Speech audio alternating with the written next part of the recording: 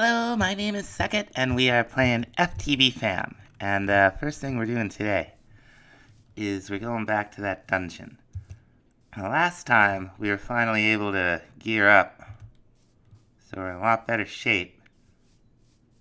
We're going to see, especially with our fancy +4 luck chest plate, what we can get out of here.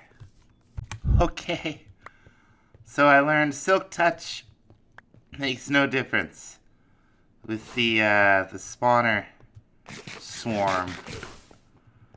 Break those spawners, you're gonna have a whole parade of jerks. I don't even know that light level makes a difference,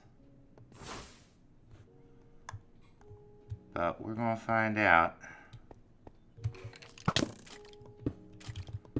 Alright. Just gonna take care of this guy. Oh, that's so much better with the damage, isn't it? Yeah. Alright. This is how we'll get it done. Ah, here's a piece of fanciness. This is from irons. We're gonna have to get into that. Also, we're gonna grab these stone bricks to block things off. That looks like a good idea. Spiders. Now, if you didn't see the episode with how this works, that's how that works. Be careful. Here's our first, like this one you can tell, the luck is in full effect. We'll take a music, just name tags. Stabs we have. More Oreo, Mana Steel. Don't know that we have Sturdy Guard. Oh ho! We found the secret room. These rooms are pretty cool. They usually have... yeah, there's Chirp. We don't have Chirp. Couple emeralds. Underneath here are usually emerald blocks. Yeah, I think always emerald blocks. I don't think there's any usually about it.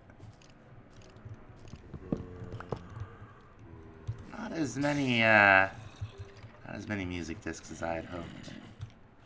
But that's okay. But listen to them all. So we found this thing. That'll summon a boss. Now down on level 3. We've already found 2 enchanted golden apples.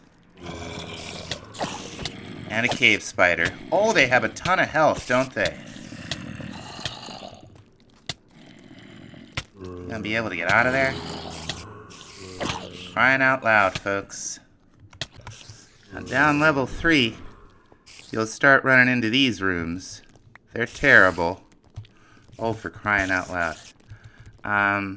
They're usually not bad. It's the spawner mechanics that are giving us problems. There are spawners behind those things. Those blocks of quartz.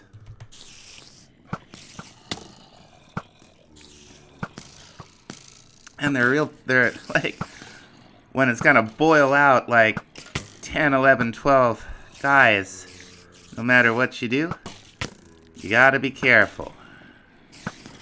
We could perhaps be more careful than we have been being. Go on. Oh, it didn't even work. Crying out loud. Aha! Very nice. Okay. I ended up running. Oh dear. Those things are rough. With those spawner mechanics, I wish in the way the mobs are like double tough plus, I wish the spawners had a limited lifespan. I mean, that's whew. So that was brutal. I would not have guessed dungeon crawl based on that description. I would have guessed one of the Tetra structures. I wonder, folks. So what do we have here? We got flawed gem of the royal family. Let's see. It's okay, it's okay. We got all kinds of stuff here. Let me, we did not go very far into the third floor. We kind of got out of there. It just got ridiculously brutal. But, you know, valuable trip. What we got to think about now is moving all this stuff into the main house. For the next thing I wanted to do, we needed some more iron. I came down here to the mining dimension and found a geode, which is good to know that they spawn here. I did find out that you cannot harvest the budding amethyst with silk touch in this, so we can probably grind this stuff up in one way or another to get amethyst shards. Yeah, we could get 4 with a pick on a cutting board. Okay, we could get 1 on the natural altar. That's not very good. It's like the cutting board might be the way to go. Now, what I wanted the iron for was a bunch of pistons and some extra so that we can make some compacting drawers. We will need some drawers. That'll give us 10. Now, if you've never seen these before, these are awesome. Let's put a bunch of them down. Whoops. So these, well, it's easier to show than it is to say. Let's say we had some iron. We had 27 nuggets. If we put it in here, we could take it out in the form of ingots, or if we had enough iron, which we don't, in the form of blocks. This also works with redstone and quartz and all of the things that can craft into each other. Now the question is, does it work with amethyst? The answer is usually no. But it's worth... Okay, it is gonna work with amethyst. That is good news. That means we don't have to worry about processing it to get the shards. And as you can see, these things hold quite a bit. Now, one notable thing is that generally you can't craft, like, you know, amethyst into shards or nether quartz blocks into the nether quartz, but you can absolutely convert them with these. Okay, now that we're a little more organized, I want to get a real start on Botania. We made the pure daisy last time and got ourselves some living rock and some living wood. We're gonna make a mana pool, and we're gonna... Oh, we got living wood out there with our whirly sprig. They're generating it for us right out here by the pure daisy. This is where we'll set up all our Botania business. Now I'm gonna clear out just a little bit of ground here and put a little floor down. What we are going to want is, first of all, a mana spreader. And we do that with any petal. I think it's actually like that. And some living wood. Maybe it's like this. There it is. And we're going to put that... Where are we going to put it? We're going to put it right here. We got a pressure plate that we're going to have right here. We don't want it right next to the mana spreader. You give the mana spreader a redstone signal and it'll turn off. That is not what we want. We got a repeater. We have a block, some redstone, another block. I'll put a block right here just temporarily so we can put a hopper down. little redstone here, get rid of this block. The basic idea for this I first saw in one of Direwolf 20's videos. It's warped a little bit, but not that much, honestly. It was ages ago, like his 1.7 series, I think, when Botania came out. This is an open crate. You make it with living wood planks. It acts sort of like a dropper, except it has no GUI, for one thing. You can right-click this all day, nothing will happen. And it drops items straight down, always. So what we can do, if we wanted to demonstrate this, if there's an item on this pressure plate, it'll power the repeater, which powers the block, which powers the redstone, which sends a signal to the hopper, locking it. Nothing else can come out of the hopper or go into the hopper, unless you're, like, piping in directly, until this is gone. There it goes. Alright, great. So what? We can have one redstone dust at a time. Well, what we want actually is one burnable at a time. We are going to be making some things called Endoflames. And we're going to make them in the Petal Apothecary, just like we did. Let's get our bucket. Oh, there's something in there. Alright. Endoflames are 2 brown, a light gray, a red, and a seed. What these do is they will turn burnables into mana, and mana is the power of Botania.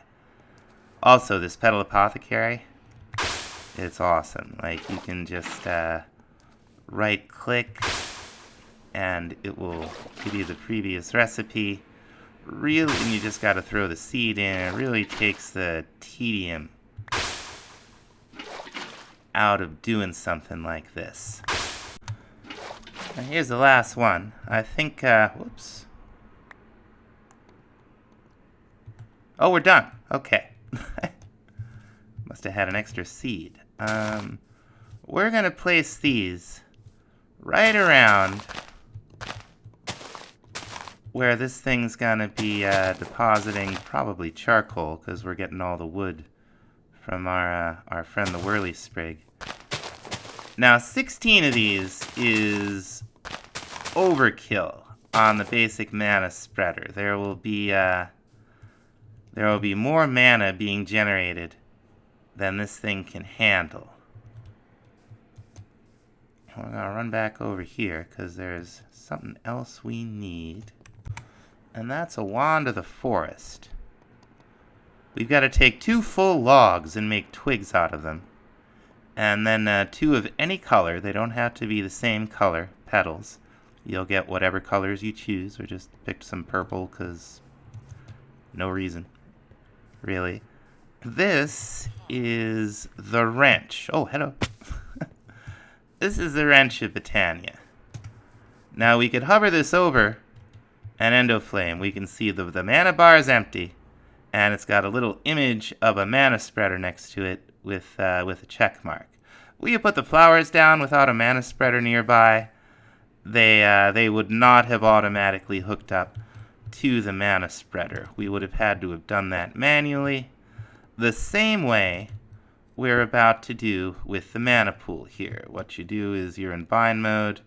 I think you just right-click and right-click. No, you shift right-click and shift right-click. And you can see this is now pointing at the mana pool. The mana pool store mana. I know. Shocks. Now, I always use the Endoflames in the Botania early game. Sometimes I use them all the way through. And the reason is that all the other functional flowers available when you start the mod seem to have some finicky aspect to them. Like there's the Gormialis, which you got to keep feeding different types of high saturation food to get the most out of it. There's a Hydrogania, which, you know, produces mana from water. It consumes the water, but you could automate that. But the Hydrogania goes away. It turns into a dead bush after a while. These are just, you know, set and forget. So you can see the particles on them when they got some juice. They're doing their thing. This mana spreader is our choke point. It's the most basic. It's the only one we can make right now. It only holds so much, so it can only take so much. And you'll notice not all of these are on. This also is a little lossy, and we can mitigate that with better mana spreaders when we have the juice. But speaking of juice, you can see the mana starting to collect in here. It's not a whole lot, but as we're doing other stuff, we can just keep feeding this some charcoal now and again, and we'll have what we want. Now, speaking of set and forget, we're gonna get a start on industrial foregoing. What do we need? Logs? Alright, we got some logs. We'll just use the orm. It's fine. We're gonna want 4 pity machine frames, 4 of these lightweighted pressure plates. Didn't I have like a whole thing of oak? I guess I used it, huh? We'll have to get some more wood. Now what we're doing is we're making fluid extractors. You can run these with power or without. We're gonna be going without. And we'll have to, alright. You know, we could probably have these up against the wall, but flip them around with the crescent hammer. But we'll just have them out one. This isn't gonna be permanent. Almost nothing here is permanent so far. What you do is you put some logs in front of these things, and they will slowly produce latex. It's much faster if you power them, but you don't have a lot of power. And I don't think this is the first tank we've made, but I got the Chivo. We must have made like a second tier. But we'll put that right there. We'll take our good old configurator, set these to extract, and we will slowly start collecting latex. I'm going to get us some more iron.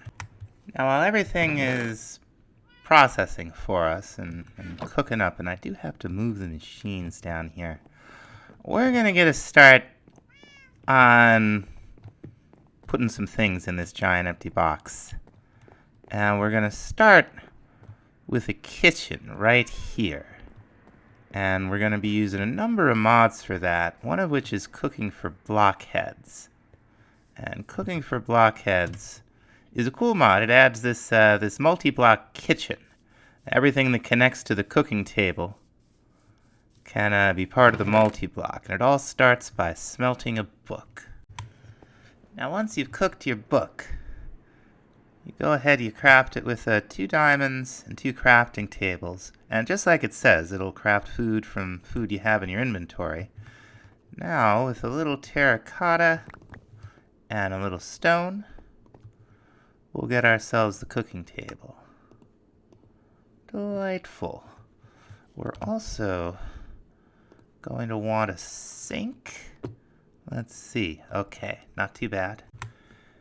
Now by default, the sink acts as an infinite water source, and we will probably be taking advantage of that mechanic probably sooner rather than later. We're going to need a bunch of chests, and I think quark adds this recipe. Yeah. We'll need some more stone. We'll just grab a bunch. Now, most of this stuff is just inventories, right? We'll make 2 of these, and we'll make a bunch of the cabinets. They all, if they're connected to the cooking table, vertically or horizontally, then whatever's in them can be used to cook stuff. So we're going to put the table down right here. We're going to have the sink next to it. And we're going to have something else right there. So let's put that down right there. And then we're going to put these cabinets up above. Alright. You can mess around with these a little. It's like if you put it up against this side of the block, the handle will be on the opposite side. Now we do have to think about connecting these. And there's a couple ways we can go about that. Running up the wall such that it looks nice. I mean, we could just run cabinets up the wall. That'd work. We're going to need these tool racks anyway. And we'll probably want a couple of spice racks. And by need, I mean we don't really need them. We could just throw everything into cabinets and it'd all work just fine. But this is a little more aesthetic. And you can put anything in here. It doesn't have to be spices. You could put stone in there if you wanted to. They're great for, like, I think potions and other stuff. Now there's also an oven which will cook up to 9 pieces of food, but food only, all at once. It also looks nice. We're going to throw it up here. All we need are a couple of refrigerators and we're in business. Now the refrigerators, again, are mostly just an inventory, but they have a few upgrades. We can make one upgrade that will allow them to add snow and ice to our kitchen. And there's another upgrade that will make it such that they will only take... they will always leave one item in a stack in there. Alright, that's a start. Another cooking mod we have in the pack is Farmer's Delight. We already got a couple cooking pots, but we can make those with bricks, water buckets, wooden shovel, doody-doo. But what we do need, whoops, that's not what I was trying to do. What we do need is a stove to put them on top of. And the two of them together will make a little multi-block, and you can, cook basically forever. We also are gonna want a cutting board. I mentioned this earlier, and while we're at it, we ought to make ourselves a knife to do some choppy with. I think they're like this. Like this? Yeah. Now this stuff we're going to pop down right over here. And we don't have to add fuel or water to this thing. It has a GUI that you can interact with. We're going to throw the cutting board right on top of a crafting table there. Now, I think we're gonna want a rug over here. So what we're gonna do, we're gonna take one of the things the knife will do is you can chop up grass, and occasionally you'll get a little bit of straw. One thing we can use the straw for is to make canvas. Now, one thing we can use the canvas for is to make these canvas rugs that I really like. And we're just going to put it down. Alright, that'll do fine.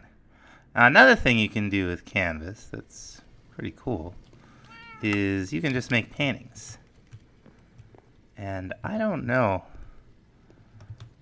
if this pack has like extra paintings. I would imagine it does. Let's find a nice... We must have giant blank walls in here somewhere. Yeah, let's see here. Okay, so it looks like we got the 4x4s. I'm going to see if there are any different ones. I'm just seeing vanilla paintings so far. Let's try some different sizes. Vanilla, vanilla, vanilla, vanilla, vanilla, vanilla, vanilla, vanilla, vanilla. Looks like we got vanilla paintings. Wait, that one wasn't vanilla, and that one isn't vanilla. Okay. Let's try like this. I see the vanilla ones.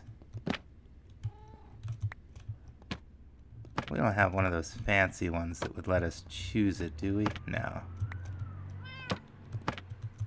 Let's see. Alright. Well, it looks like our painting selection is limited at best. Do we have the we have the camera mod though, so we'll be able to have some nice landscapes up. But for now, we are gonna put one painting like right over here, just to give it a little color.